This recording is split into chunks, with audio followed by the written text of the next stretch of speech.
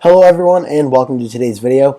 Today I am going over some recent polls that have come out that show Republicans with a very big lead for the 2022 midterms, with Republicans being up 10 points and 13 points respectively. Now, there have also been some polls that show some Democrats up 7, Republicans up 8. So this has gone back and forth. So you may be wondering, well, why does this really matter? Because ABC News and the Washington Post did the poll. And not that the polls are biased, but they are certainly not the most friendliest to Republicans, I would say. And ABC News has Republicans up 10 over Democrats at this time, which, by the way, has led to Republicans taking the lead in the Real Clear Politics polling aggregate for the generic ballot. So, does this matter? How often is the generic ballot aggregate correct? Well, surprisingly, it's actually a lot more accurate than you might think. First things first, we go to 2018, the most recent midterms. The Real Clear Politics average had Democrats leading Republicans by 7.3%, and Democrats actually overperformed and won by 8.4%. Only a difference of about 1.1% or so, which, as we know, politics and elections are very volatile and can change in an instant. So only being off by 1%, but in the direction of how you thought it was going to go, is very close and very accurate. We go back to 2014, which was the last time the Republicans had a really big midterm. Republicans were supposed to win by 2.4% according to the aggregate. Republicans ended up winning by 5.7%, and 2014 was a big repudiation of President Obama and the Democrats in control of the Senate. And I believe the House was Republicans, mainly of the President and the Senate. So, the national environment certainly, the polls got the Republican advantage correct, but kind of underestimated it a little bit.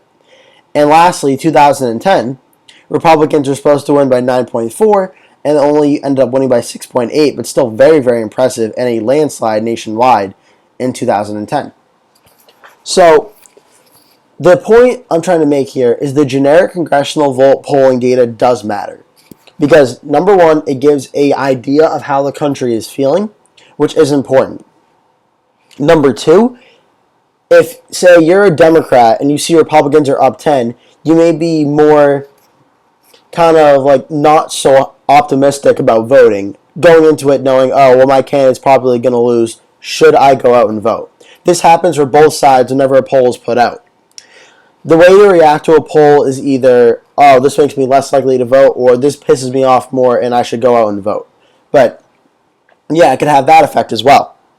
Now, this doesn't mean the generic vote is going to be the same for every state throughout the country, which is why when it comes to, say, the national polling average or generic vote, I typically focus more on state-by-state polls because I tend to find those more accurate.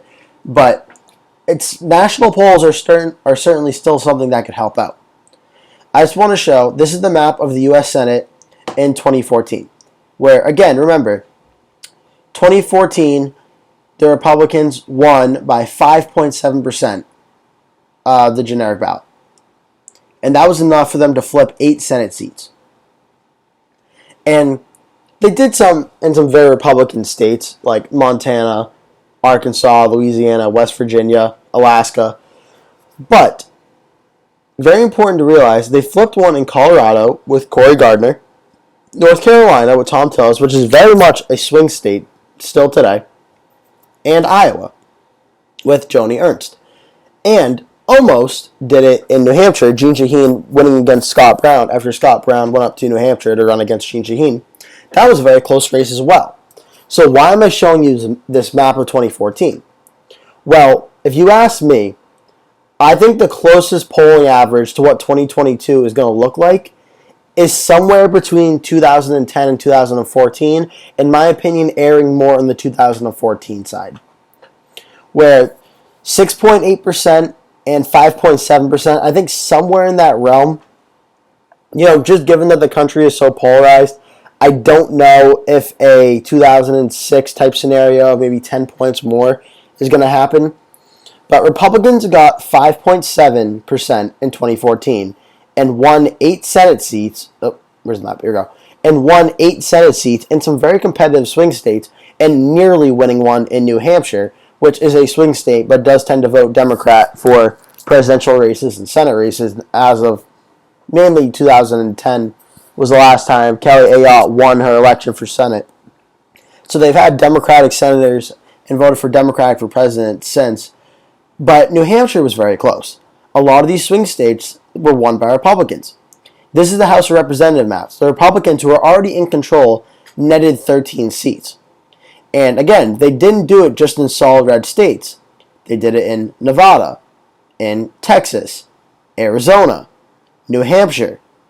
They did one in Georgia, North Carolina, Florida, Iowa. Does this all sound too familiar? Republicans gained in states that are still very competitive today and are likely to be competitive in 2022. Maine 2nd District. If that gets redrawn for redistricting, we'll see how it looks. Maybe the Democrat Jared Golden may potentially have a tough race in 2022, just given how bad the terrain may be for Democrats. We'll have to wait and see. We also have 2010, which, again, not to sound like a broken record because redistricting is, well, different in 2022, but you can see there's a lot of blue that flipped, and through redistricting, the country is more red in 2014. This is what we could look out for in 2022.